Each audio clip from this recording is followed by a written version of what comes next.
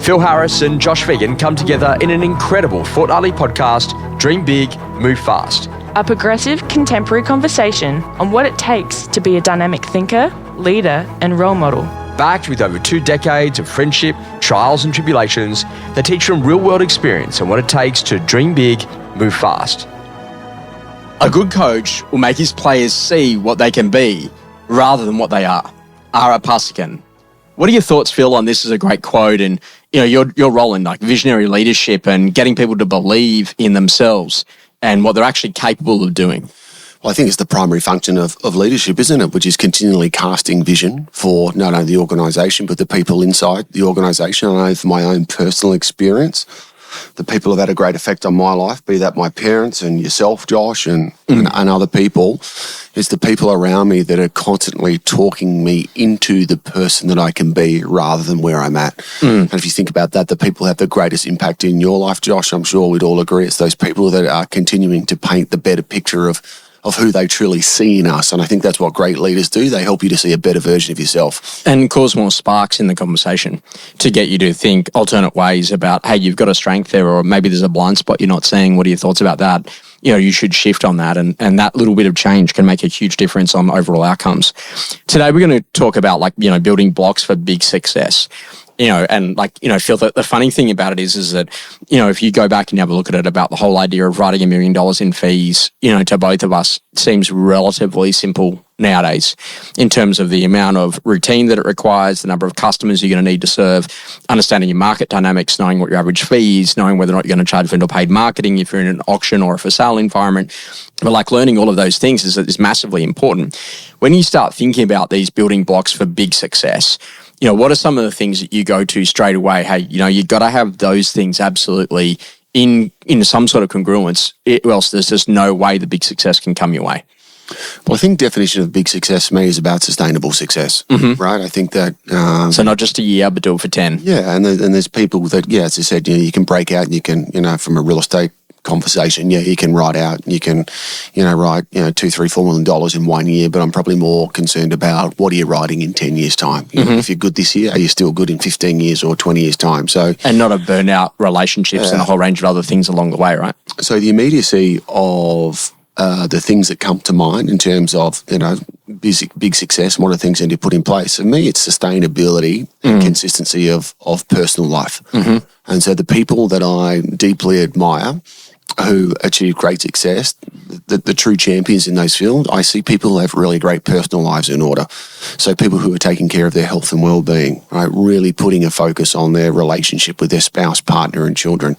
People who make ongoing education a continual part of their daily appetite. People who are taking their actual physical diet, those sort of things. So I think that if you can have real clarity over your personal life, and if your personal life and your home life becomes a real place of recharging, then I think that business success is certainly not easy is necessarily the word, but sustainable is probably part of that. The interesting thing I've got here is that there was, the foundations, which is kind of interesting from Phil Stutz, who was the guy behind Jonah Hill's rebuilding. And the thing that he said about it is that, you got to have great health, because without great health, you can't really do much.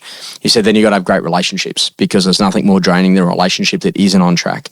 And then you got to make sure you got meaningful work, something to go purposefully about on a day-to-day basis. And then you got to get some level of basic financial success, because if you get the financial success right, then everything kind of changes for you. And then if you think about what that really is saying is that if you are prepared to be disciplined in each of those areas, then discipline in other areas becomes much easier for you.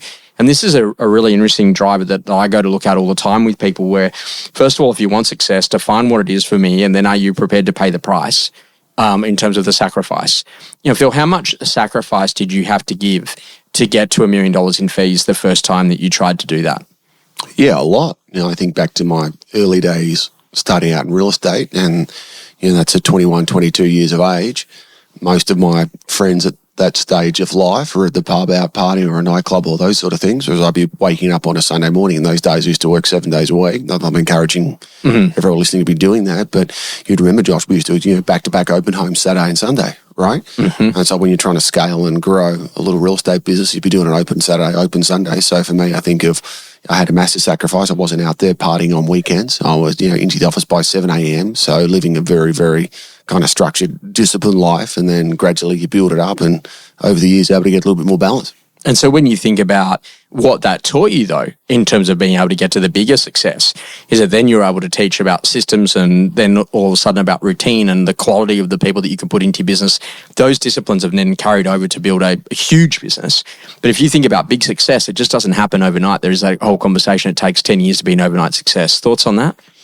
Yeah, it's a great quote, isn't it? How long does it take to be an overnight success? About 10 years. And I think of, when we first started Harris Real Estate going back 14 years, I think in our first year, I think we grew from like 0 to 40 staff or something. Happened pretty quickly. And I had that comment, oh, gee, you guys have kind of grown up quick. Well, you hadn't really seen what I'd done for the 11 years prior to that in terms of the amount of effort and energy and work that goes into it. But no, I certainly agree, Josh.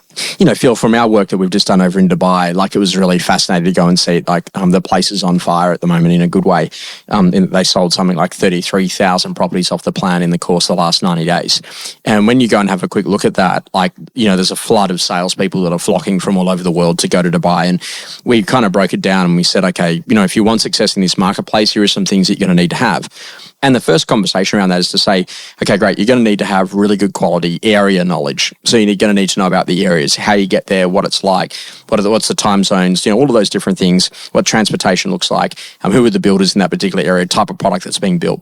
And after you've got area knowledge, the next thing we then struck on was then what we got to call market knowledge. So you've got to really understand the market dynamics.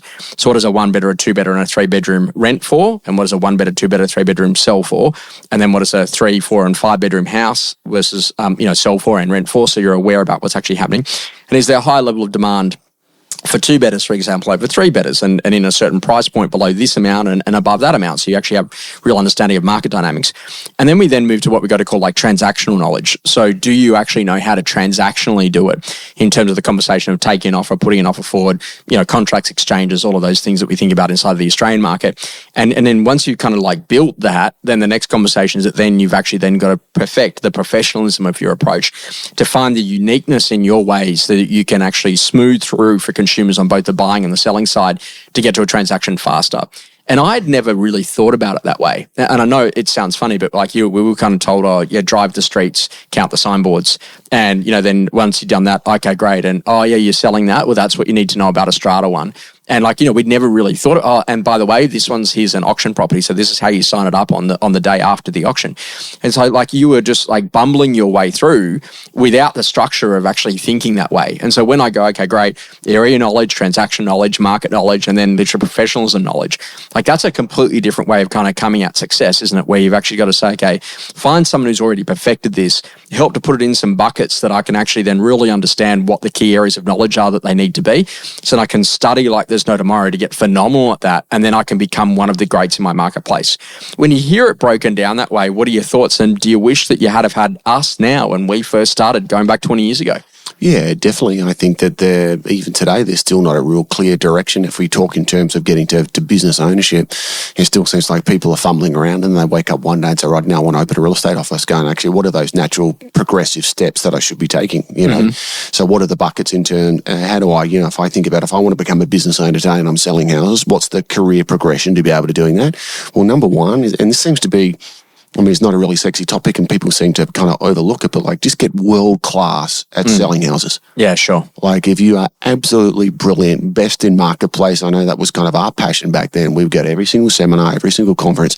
How do I absolutely master the craft of how to prospect, list and sell property? And that's not about ego. It was the conversation of mastery of the craft. A desire. Master is not a popular topic these days. I was listening to a podcast the other day saying that we now live in a world where it's not about mastery anymore. It's all about building audience and then trying to create a product to actually suit the audience that you've got versus the way it used to be, Josh, which is be a master and then an audience would want to follow that, right? So I'd say kind of progression steps to me are absolutely master the craft of selling houses, right? Number 2 is master the craft of the ability to teach other people to do it.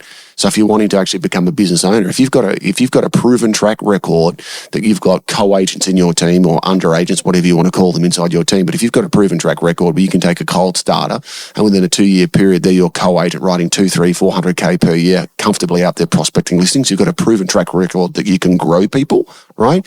Now, all of a sudden, you've got, okay, great. Now I can start to scale this. Now I can look at some additional leadership skills, bolt on some actual business skills. Now there's my actual career path of the things I need to follow if I'm serious about running a shop. You make me think about the Derek Sivers quote, which I saw the other day, that mastery is the best goal because the rich can't buy it, the impatient can't rush it, the privileged can't inherit it, and nobody can steal it.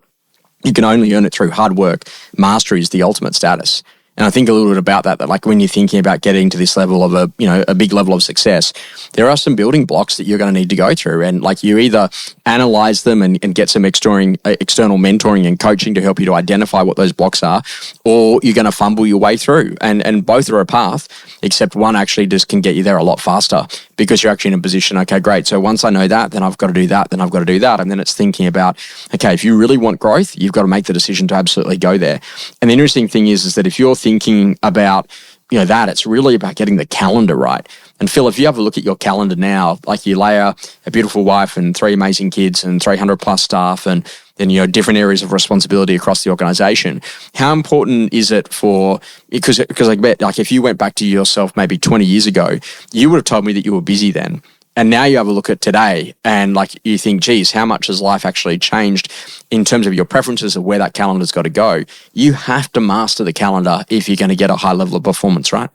Yeah, definitely. And we've had numerous other conversations around priorities. I think that the busier you get and the more things you have in life, actually life to a degree, to an element becomes simple a little bit. I've found anyway, Josh, in terms of actually rather than trying to, I don't have to be at every single event. I don't have to be at, if I'm invited, I don't have to be there. It's like, who are the select group of people I want to spend my time with socially? I want to spend time on my health and well-being. I want to spend time with my wife and with my children, and then everything outside of that generally goes to the side. But in terms of diary, it's absolutely critical. Once again, surround yourself with great people. So I have a wonderful EA in Heidi, who you know very well, Josh. Big fan of the show too, so I'm sure she's tuning in. But she does a great job of managing my diary. Also, my wife has full access to my diary as well. So from a family perspective, and we have an order of priority. So if there's things, I'm regularly attending school events or family events or those sort of things. So those things are absolutely always plugged in. But then also protecting my diary as well in terms of space. So mornings for me is a productive time. I know that if I'm going to work on project work, Heidi's going to protect my diary so I can get that done. And then basically PMs, I can be far more responsive, which is engaging with either customers or staff employees. Principle, your routine is your level of mastery.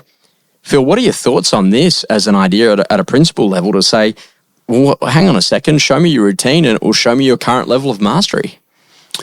Yeah, I think it's absolutely spot on. And I think that I would say I probably subconsciously run about 10 routines in my life, Josh. I am quite routine and they're not kind of boring or over the top structure by things like, the time I have an evening routine, the way I prepare to go to bed. I have a morning routine when I wake up to get myself prepared. I have a morning routine post feeling good to go of the things I want to focus on in the morning. I have we talk about having a weekly review. So I look back and I review my diary for last week and then I review my diary for next week. I have a business routine. I have our annual strategy day, our half yearly, our quarterly. So yeah, I couldn't support that anymore. But yeah, the thing that really got me, and I was thinking about that, about like routine is your level of mastery.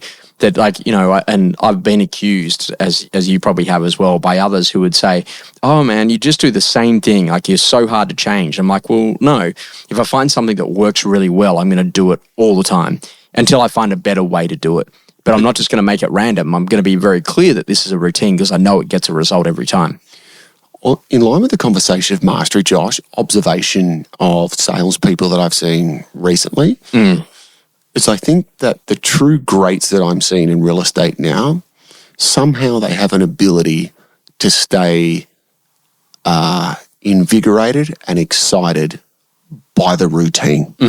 And the salespeople that look for the next thing, which is like as soon as you go away from the core of getting in and prospecting every single morning, like your life depends on it, and you think, oh, I've got this new idea now. It's called, I'm going to do some socials, I'm going to do some networking, but the great salespeople I'm seeing are so committed to that routine that we know.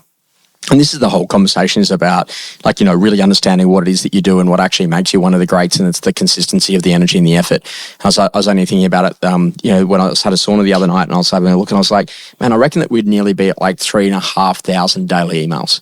And like that's a lot of daily emails. How many? 3,500. A day? No, in total that I've written. And if you start thinking about that, that's like, man, that was a huge undertaking at the time. I didn't realize that. I was just going to write one every day and see what ends up happening. But when you go down the track of that, you start thinking far out, these things do multiply over time. And it's the small things that are done routinely that allow you to then go and perform at your absolute best. And, I had a really simple idea that if I wanted to get to a level of mastery, I needed to speak to a minimum of 20 of my clients every single business day. And I still do that today. And the benefit of doing that is exactly what's happening in every market around the country at any one point in time, so that you can tailor your training and your conversations towards being able to solve those particular issues. So if you want to get those big rocks right for success, you've got to make that decision to go all in around what it is that you want, and to make sure that your routine is reflective of the type of person that you want to become. Because at the end of the day, you behave your way to the future. Quick shout out, Josh. I spoke to you about this in the car, just in relation to a book I've only just recently read this week, which is called The Metronome Effect, which is on the routines of business. One of the best. It's only a 150-page book.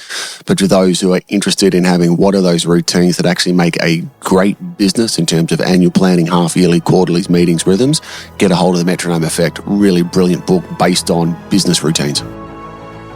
Feeling good and ready for more? Thanks for joining us On Dream Big, Move Fast.